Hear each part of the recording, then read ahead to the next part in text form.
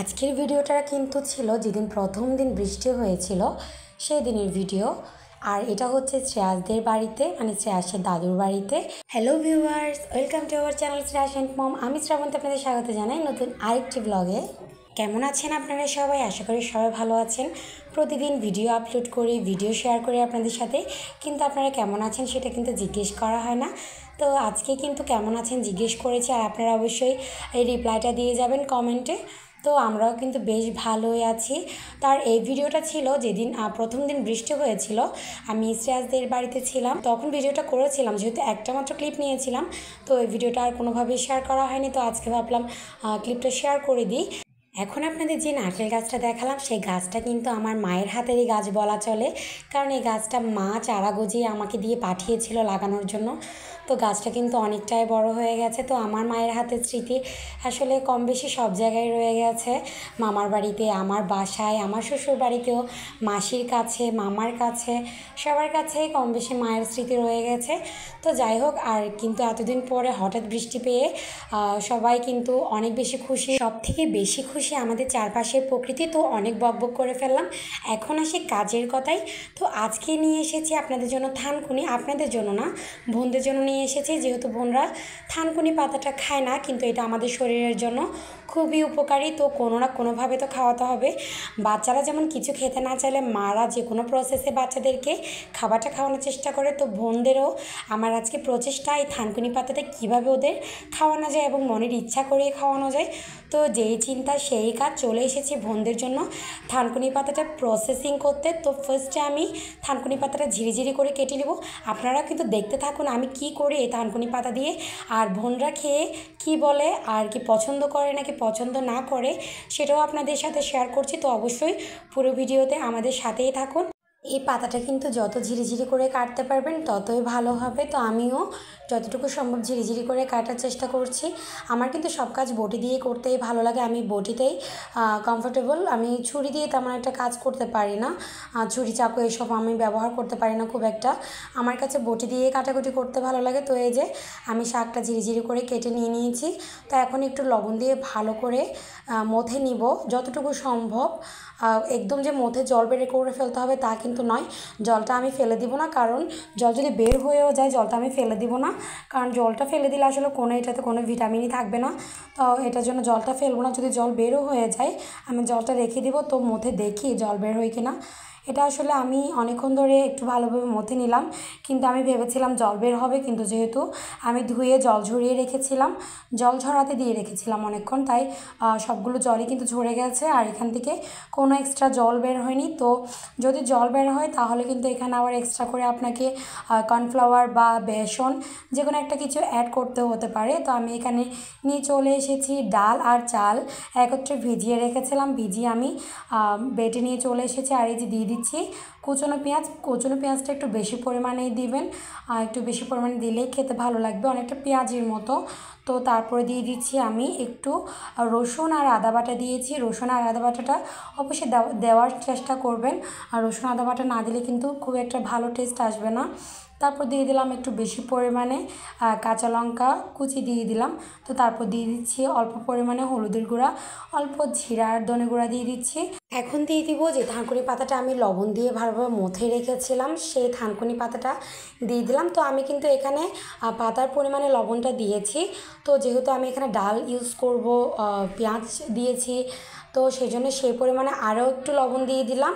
তো এখন আমি এটা ভালো করে মেখে নিব। আমি কিন্তু সবসময় থানকুনি পাতার ভর্তাই খেয়েছি। তো আপনারা অবশ্যই এতক্ষণে বুঝতে পেরেছেন আমি এই পাতাটা দিয়ে কী করব। হ্যাঁ, আমি এই পাতাটি দিয়ে পকোড়া বানাবো। তো আমি কিন্তু কখনও থানকুনি পাতার পকোড়া খাইনি, বানাইও নি, তো আজকে প্রথমবারই বানাচ্ছি। তো বোনরা যেহেতু পকোড়া ভাজা পোড়া খেতে পছন্দ করে, তো যেহেতু তারা থানকুনি পাতা কোনোভাবেই খায় না, রান্না করলেও খায় না, ভর্তা বানালেও খায় না, তো সেই জন্য ভাবলাম তাদের কি করে এই পাতাটা খাওয়ানো যায়, তাই আমি এটা বানালাম, পকোড়া বানাচ্ছি। কারণ হচ্ছে যেহেতু পকোড়াটা ওরা সব সময় ভাজা পোড়াটা একটু বেশিই পছন্দ করে। তো আমার ওটা মাখা হয়ে গেছে, তো এখন চলে এসেছি ভাজার জন্য। কড়াইয়ে দিয়ে দিচ্ছি একটু বেশি পরিমাণে তেল। তো তেলের মধ্যে আমি এগুলো ফ্রাই করে নিব। খুব বেশি তেল দিতে হবে না, মোটামুটি বড়াটা যেহেতু আমি চ্যাপটা চ্যাপটা করে শেপে দিব, তো সেজন্য খুব বেশি তেল দেওয়ার দরকার নেই। আর এই বড়াটা কিন্তু যে ফুলে উপরে ভেসে উঠবে তাও না, তো খুব বেশি পরিমাণে তেল দেওয়ার প্রয়োজন নেই, মোটামুটি অল্প পরিমাণে তেল দিলেই ভালো হবে আর ফ্রাইং প্যানে বানালেই ভালো হবে। আর এই যে ফ্রাইং প্যানটার একটু গল্প বলি আপনাদের। এই ফ্রাইং প্যানটা কিন্তু হচ্ছে যে আমার বাপি যখন দোকান ছিল বিভিন্ন কোম্পানি, যা বিভিন্ন কোম্পানি থেকে আমার বাপিকে অনেক কিছু গিফট করতো, যেহেতু অনেক পরিমাণে প্রোডাক্ট বাবা কিনতো, তো সেই জন্য বাবাকে অনেক কিছু অনেক প্রোডাক্টের সাথে অনেক কিছু গিফট করতো। তো এই পেনটাও কিন্তু তখন বাবাকে গিফট করেছিল কোনো এক কোম্পানি থেকে। তো আরেকটা আছে, একটা প্রেশার কুকার আছে, দেন হচ্ছে এরকম অনেক কিছু আছে, আয়রন আছে, অনেক কিছু আছে এরকম আমাদের ঘরে। বাবার যখন দোকান ছিল তখন বিভিন্ন কোম্পানি থেকে বাবাকে এই জিনিসগুলো বাবাকে গিফট করতো।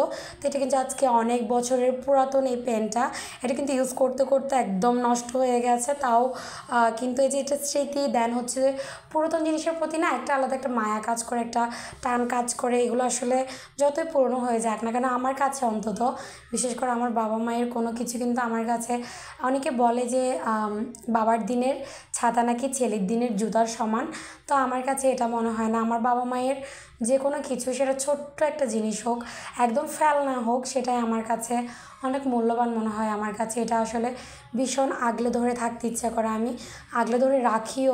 আমার কখনো এই জিনিসগুলো একদম অবহেলা করতে ইচ্ছা করে না, বা নিজেও নষ্ট করতে ইচ্ছা করে না, দেন কাউকে নষ্ট করতে দেখলেও আসলে ভীষণ কষ্ট লাগে, কাউকে নষ্ট করতে দিতেও ইচ্ছা করে না।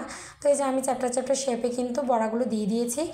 তো বড়াগুলো একটু এক পিঠটা ভাজা হয়ে গেলে আমি অন্য পিঠটা উল্টিয়ে দিব। আমি চেয়েছিলাম একটু সাইড করে আরও কয়েকটা বড়া দিয়ে দেওয়ার জন্য, কিন্তু দেখছি বড়াগুলো পেনের সাথে আটকে গেছে, তো সেজন্য আর জোরাজুরি করলাম না, যদি ভেঙে যায়। তো এখন মোটামুটি এই যে এক পিঠ ভাজা হয়ে গেছে, এক পিঠটা উল্টে দিচ্ছি। তো এক পিঠ উল্টে দিয়ে আরেক পিঠ ভেজে নিলেই কিন্তু বড়াটা হয়ে যাবে। তো এখনই কিন্তু চলে যাবেন না, বোনদের কাছ থেকে রিভিউ নিব, সেই রিভিউর জন্য অপেক্ষা করুন। বোনরা খেয়ে কী বলে সেটা আপনাদের অবশ্যই জানাচ্ছি। তো এই আরেক পিঠটা উল্টিয়ে দিচ্ছি। এই পকোড়াটা কিন্তু আপনারা চাইলে গরম গরম ভাতের সাথেও খেতে পারেন, আবার মন চাইলে এমনি টমেটো সস দিয়েও খেতে পারেন, আবার চাইলে চায়ের বা কফির সাথেও আপনারা এটা স্ন্যাক্স হিসেবে খেতে পারেন। তো এই পকোড়াটা কিন্তু আসলে আজকে আমি প্রথমবার ট্রাই করেছি, প্রথমবার টেস্ট করেছি, আসলে ভীষণ ভীষণ ভালো হয়েছিল। তো আপনাদেরকে বলছি আমি বোনদের থেকে রিভিউ নিয়ে জানাবো। আমার বোনদের থেকে রিভিউ নিয়ে জানাবো এই কারণে বলছি, আমার বোনরা কিন্তু এই থানকুনি পাতার ফ্লেভারটা একদমই পছন্দ করে না।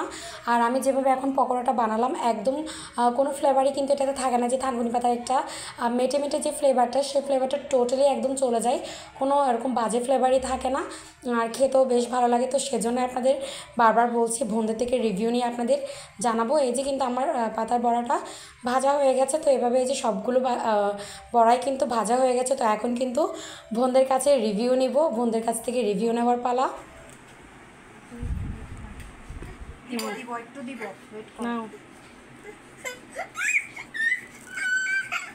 খেয়ে বলো কেমন হয়েছে? অনেক মজা। ওকে।